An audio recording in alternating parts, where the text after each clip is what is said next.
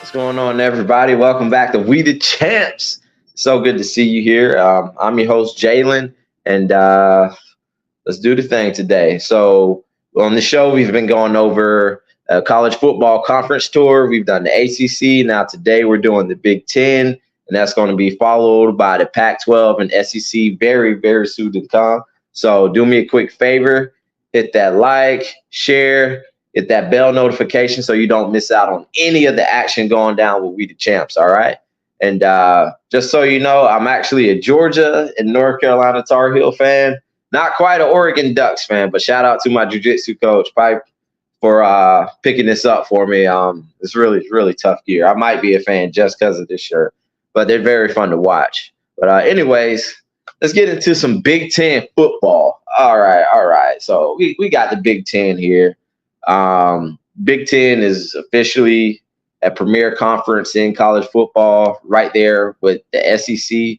Or if you think in the last 20 years or so, they haven't been quite there with the SEC, but I feel like officially this year, especially going into this season, with the additions they have and the talented teams coming over, you can kind of say they rival the SEC.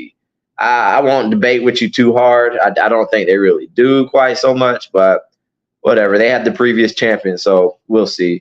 But yeah, the Big Ten, there's a lot of badass teams in there. And they actually have some new teams, some new acquisitions. So they're doing away with the divisions, the Big Ten East and the West. So we're going to get a little bit more funky football matchups during the season, all right? So let's just take a quick peek at the new teams. We got UCLA, USC, Washington, and Oregon. Historically, these are pretty decent programs. Oregon more so in the last 20 years, as opposed to UCLA, USC, and Washington, who do have more history amongst their football program. As we all know, Washington came in guns blazing last year. I mean, who expected to see that? They went 14-1 en route to the championship game. Lost to Michigan, a pretty convincing win, very arm distance win from Michigan in that game. And Washington, then their head coach, dipped out to take the head coaching job at Alabama, which I don't blame him.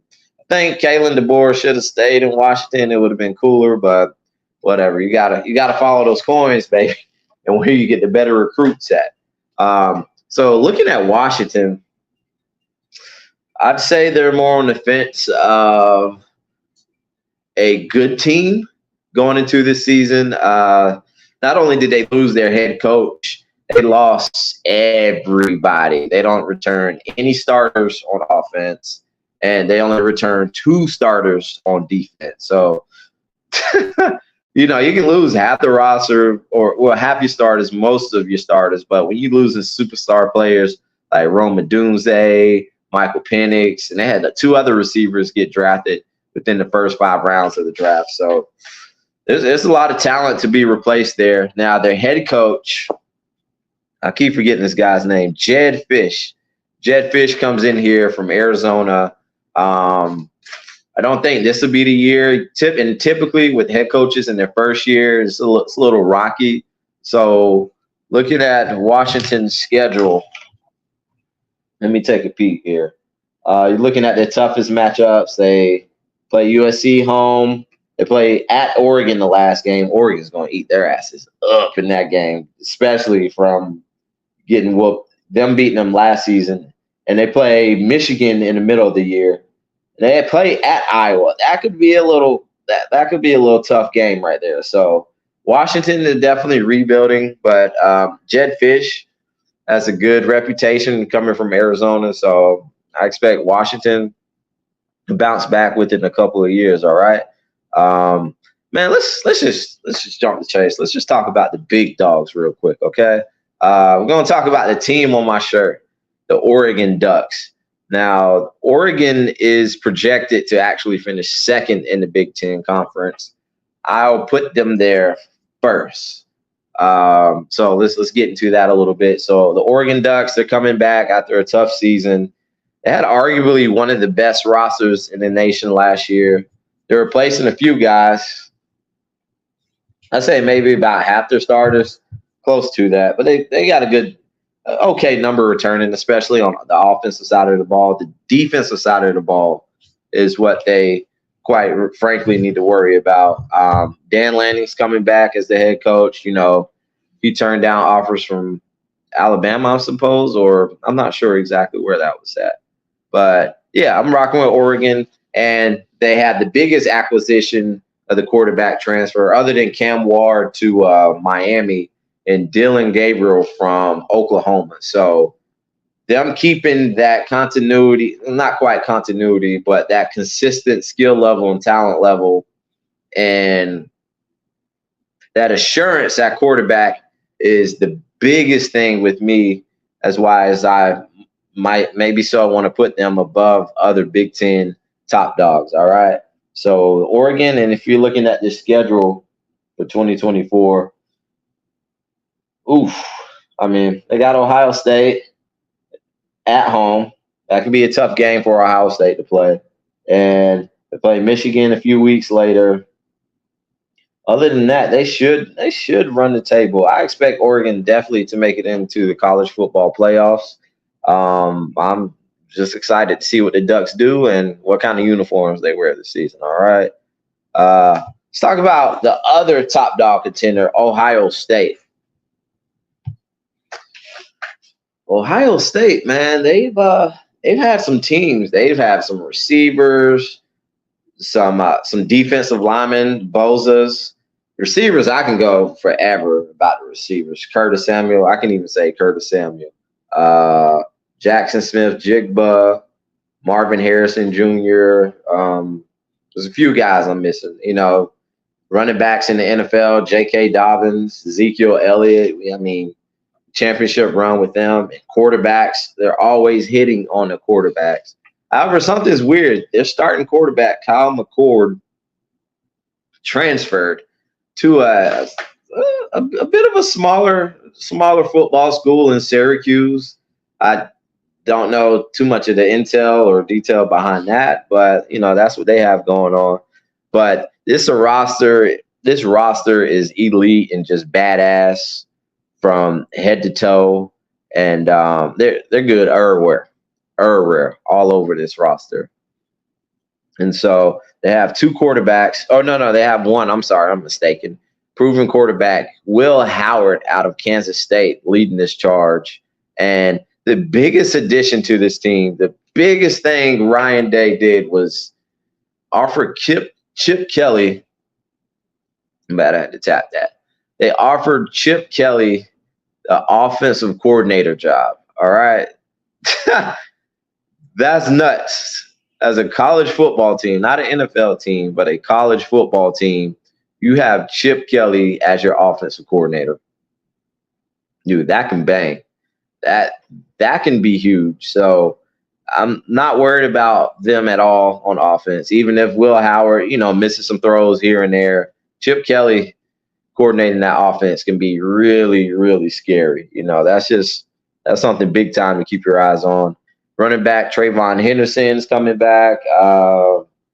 Looking at this offensive line here, the projected starters, 4 out of 5 are seniors with 3 returning starters. And this defense has everybody coming back. And they held teams to an 11.2 points per game last year.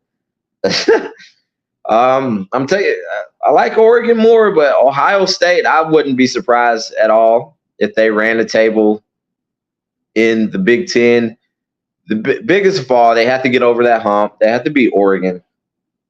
They actually play at Notre Dame. So in one of these shows later this season or this preseason, I'll get into Notre Dame. So they play at Notre Dame.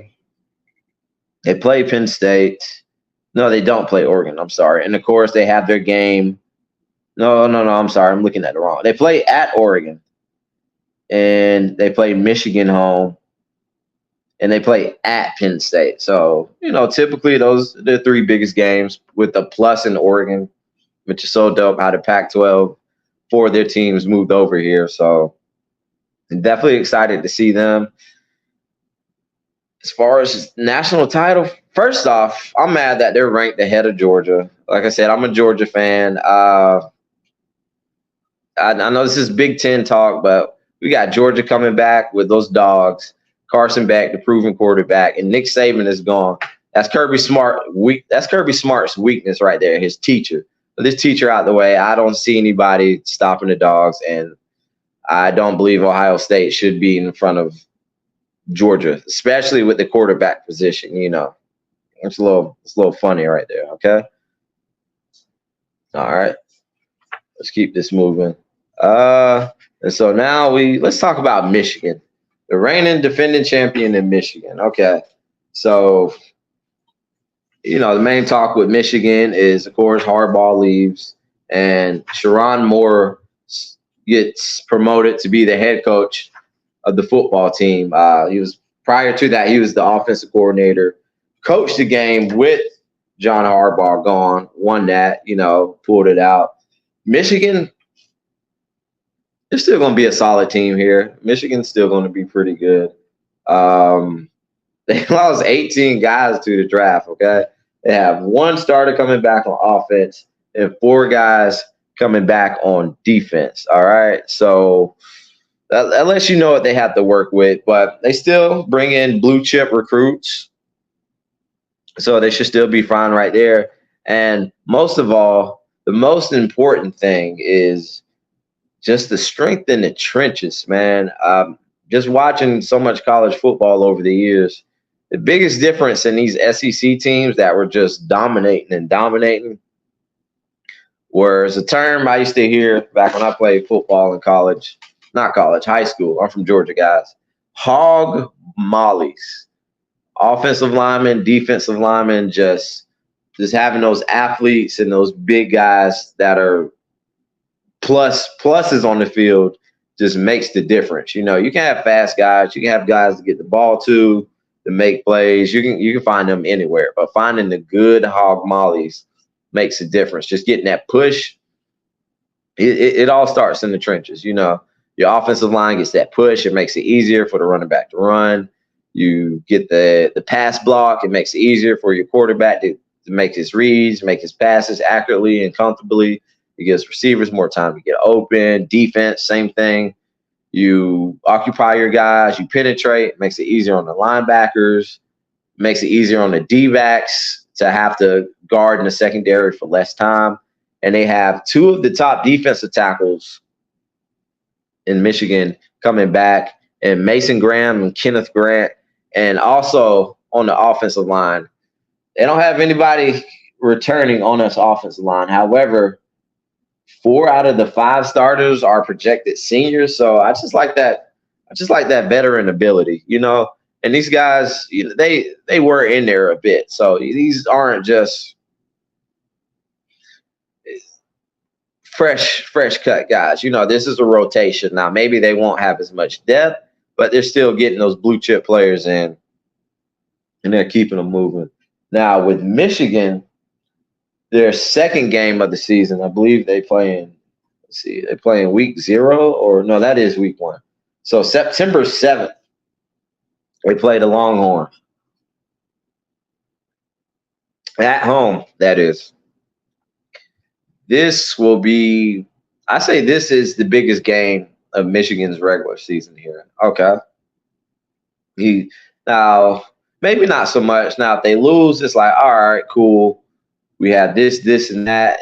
These are reasons we lost.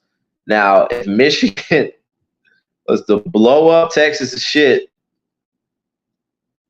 down in Austin, now we're talking. Now, that is just a big old hype train for Michigan to ride. Just confidence out the roof. It could be a problem. It will be a problem if Michigan in the second week on September 7th can go down to Arlington, Texas, and beat the Longhorns in the Longhorns' house. Now we're talking.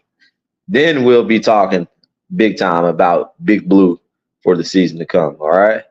So let's see who else we got as far as the big dogs. All right, let me just get into some almost big dogs in this conference. So let's look at Iowa. Iowa is such like a typical defensive culture-minded team. They can never. This is tight end university. You know, they always have great tight ends that go pro and go into the league and have good careers. But in offense, it's like they're challenged on offense. It's so strange. But this is a team built into that defensive culture because that's who they are. So pivoting to, you know, using your resources towards offense can be quite a challenge. All right. So they returned 8 players on defense and 9 players on offense. So, you know, with that experienced offense coming back, you know, maybe some things can switch up. Now, looking at their schedule, well, looking at their results from last year, they finished. This is a 10-4 team, okay, but they got shut out 3 times. How the hell does a 10-4 team get shut out 3 times, dude? I like Iowa. I cheer for them when they go because they're like that.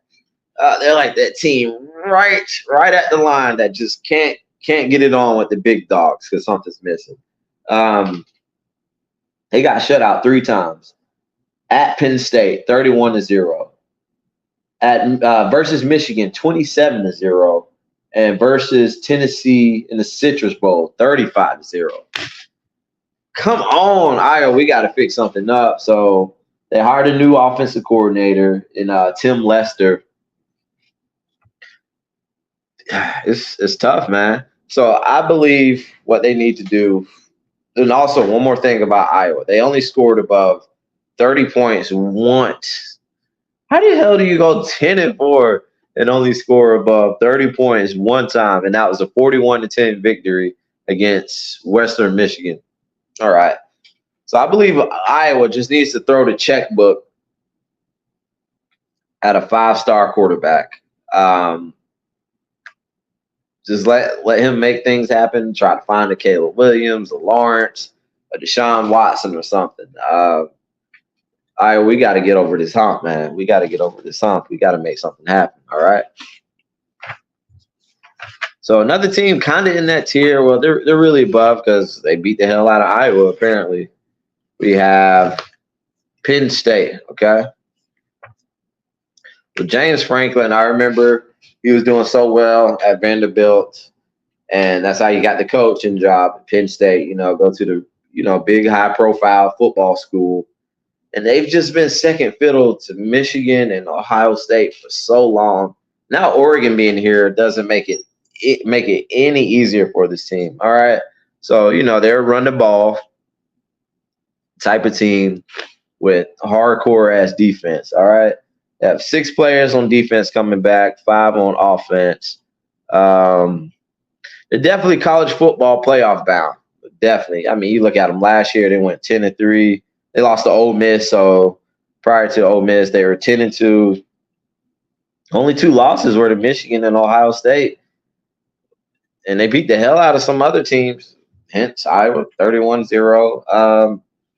They need what do they need? Shit, they need to throw the checkbook at a superstar quarterback too. But they need offensive weaponry. You know, guys that can just get the ball and make it easy. You see Ohio State, you know, we judge their quarterbacks. I remember C.J. Stroud. Wasn't too high on C.J. Stroud, much like a lot of people going into the draft. Primarily because, you know, Ohio State quarterbacks don't have good repertoire in the league. What's that? They don't have a good repertoire going into the league, right? You know, they just sit there. The wide receivers are wide open, and they make it happen. Penn State quarterbacks don't have that same luxury, so they need to throw the checkbook at something. I mean, it's NIL time. Let's make it happen, guys. They haven't had a big dog in an offensive position skill group since Saquon Barkley. All right, it's been that long. Okay, what else we got here? USC. Let's go on to the Trojans, guys. USC Trojans finished 8-5. They had super duper star quarterback Caleb Williams out there throwing the ball, launching the ball, saving them, breaking them, saving them, and all the above, right? They lose them, so they have to replace them, of course. The quarterback due to step up is Miller Moss. So in the Holiday Bowl against Louisville, he threw for 6 touchdowns and 300 plus yards. So he's a guy there that got some reps. He's pretty solid. Now, the big thing with USC last year was this defense. I mean, gosh, this defense was atrocious. They gave up 41 points to Colorado, even though Shador is a badass, you know. All right. They lost to Notre Dame, that rivalry. That game's not going anywhere. So they got to be ready for Notre Dame, Washington, Oregon, UCLA. How the hell y'all lose to UCLA? All right. But I think this team can make some changes. Now, they had a big time defensive move. They hired D'Anton Lynn as this defensive coordinator and Doug Belt, defensive back coach, former defensive coordinator from Houston. Also, my cousin. Shout out, Doug. He's going to kill it. And then Lincoln, it's Lincoln Riley, man. Air raid offense. They've always been really good at running the ball. When he was coaching at Oklahoma, he always figured out the offensive line, got that right, got those right guys in there. So I believe USC can bang for sure. For sure. This defense just has to play moderately competent. You know, it doesn't have to be nothing big. They don't have to be Georgia, damn Michigan out there holding teams to 1 touchdown. It just has to be somewhat competent. And I believe with this new coaching staff, they can definitely make that happen. And the offense is going to offense with Lincoln Riley. We've seen that 1,000 times before. I don't think anything's going to switch up here. The offense will be on go, okay? All right. And let's just touch some other teams. Michigan State, they've been pretty bad for a minute. They hired new head coach, Jonathan Smith. He was previously at Oregon State. So I feel like it's safe to say Michigan State will see some improvement. Maybe the record will stay the same. They may have some close matchups, more closer matchups this season coming up. But, you know, just keep your eye on Michigan State in the next few coming years. And also, let's look at Nebraska. Nebraska, dude. Omaha, Nebraska. So Nebraska used to be a power in college football. Over the past 20 years, they were solid. I believe they even won a national title back in 99, 98. Guys, old heads, correct me. You know, hit that in the comments. Let me know. So Matt Rule is his second year as the head coach in his team. And they actually went 5-7 last year. And that's so with Matt Rule's track record, he went to Temple and Baylor. And his first season at each school, one of them he was 2-10, the other 1-11. Not sure which is ever. By the third season, he was balling at these programs. So we're going off history of the head coach. Then Matt Rule is ahead of schedule right here with Nebraska. Okay, and they actually have a favorable schedule this upcoming season. Okay, big games. They play Colorado September 7th. Colorado's still in the air, okay? They play at Ohio State, at USC, and at Iowa. Those are the toughest matchups here. And Rutgers, October 5th. We're going to get into Rutgers for just a second. Nebraska can make some – they'll definitely improve. They finished 5-7. I can definitely see Nebraska getting 8 wins, 7 or 8 wins. I'm going to hold them at that for this season. So, yeah, they got some things to come. And also, the biggest acquisition of their offseason was quarterback, how do you pronounce it? Dylan Raiola, turning back his commitment to Georgia to go play at his father's alma mater in Nebraska. So we have the top quarterback prospect coming here. This team with a little head of steam, ahead of schedule. Matt Rule, a.k.a. the builder. Didn't build the Panthers too much, but definitely keep your eye out on Nebraska here. This will be a fun team to watch. Let's see what else we got. Minnesota, they're in that middle tier right there. They could win 6 games, 7 games. It's tough to know. Purdue is F. Gosh. Purdue finished 4-8 last season. You're looking at their schedule. They played Notre Dame, Oregon State, Nebraska, at Wisconsin, Oregon, Ohio State, Penn State. Damn. I think Purdue will be looking at the bad ends of people's parlays this season.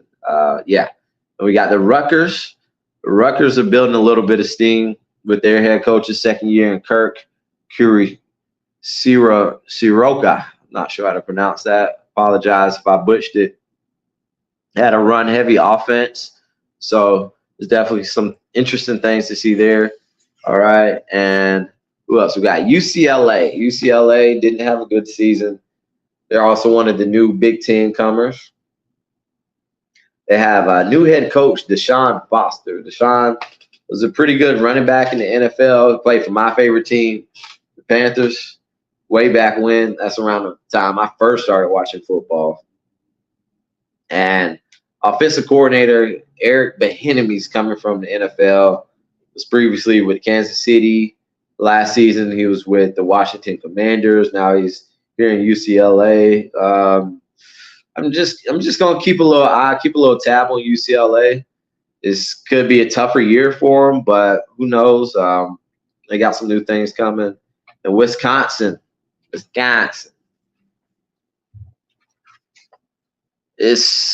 tough to see Wisconsin doing pretty well. They finished 7-6, but dude, they just have a brutal schedule this season. I mean, they play Alabama. Like, who the hell else in the Big Ten plays Alabama? They play at USC. They have to play at the Rutgers. They play Penn State, Iowa, Oregon, and at Nebraska. Wisconsin can get bumped this year. I'm hoping the best for them, all right? And let's see what we got here. My prediction, of course, like I said, I was number one for the Ducks this year. I'm taking them over Ohio State simply because the pure talent improving talent at the quarterback position. I just like that better, and I've never been high on Ohio State just because of how close they've gotten so many times and how many times it didn't happen. But I could be wrong at the end of the year. But Ohio State and the Ducks are definitely both in the college football playoffs, all right? And some big games to look out for. September 7th. Like I was saying before, Michigan playing Texas. Damn, my bad.